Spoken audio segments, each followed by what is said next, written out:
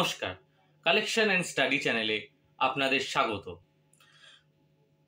বিবর্তনের সাথে সাথে মানুষ সভ্য হয়েছে। যখন থেকে মানুষ বুঝতে পেরেছে ইতিহাসের মাহাত্ম্য, তখন থেকে তারা ইতিহাসকে রক্ষণাবেক্ষণের প্রতি আগ্রহ দেখিয়েছে। আমাদের কালেকশন অ্যান্ড স্টাডি চ্যানেলের মূল উদ্দেশ্যই হলো সেই ইতিহাসকে তুলে ধরা। প্রতি মুহূর্ত, প্রতিটা বিগত সেকেন্ড এক একটি ইতিহাসের স্বাক্ষর বহন করে যায়। আসুন আমরা আমাদের এই চ্যানেলের যাত্রাপথকে ইতিহাসের খোঁজে আরও সুদৃঢ় করি। 1970 সালে ভারতীয় রিজার্ভ ব্যাংক তৎকালীন গভর্নর এস জগন্নাথনের সিগনেচার সহ একটি 100 টাকার নোট বাজারে প্রচলন করে।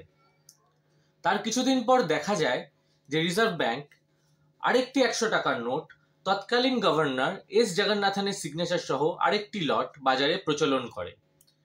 এই দুটি লট একসাথে বাজারে প্রচলিত হওয়ার পিছনে ছিল একটি মূল কারণ।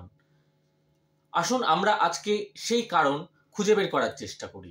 1970 সালে যখন প্রথম 100 টাকার লটটি বাজারে আসে, তখন দেখা যায় যে সেই 100 টাকার পিছনে যে 100 টাকায় উর্দু ভাষা প্রিন্ট হয়েছে, সেই ভাষাটি ভুল প্রিন্ট হয়েছে।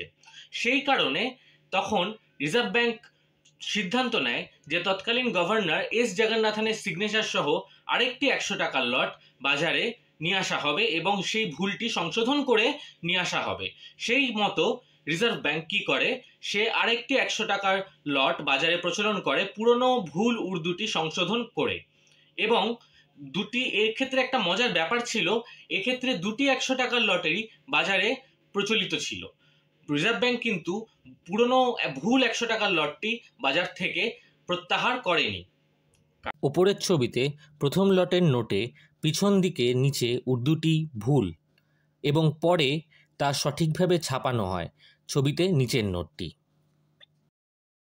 বর্তমানে এই দুটি নোটই একটি সেট হিসাবে বিভিন্ন সংগ্রাহক নিজেদের সংগ্রহে স্থান দিয়েছেন। কাহিনী এ পর্যন্তই। দেখা হবে খুব শিগগিরই আগামী ভিডিওতে। আমার ভিডিও ভালো লেগে থাকলে চ্যানেলটি সাবস্ক্রাইব করবেন এবং বিষয়টি যদি ভালো লেগে থাকে অবশ্যই ভিডিওটি লাইক করবেন, শেয়ার করবেন। এর কাছে এই ছোট ছোট ইতিহাসের গল্প পৌঁছে দেওয়াই আমাদের চ্যানেলের মূল লক্ষ্য। ধন্যবাদ।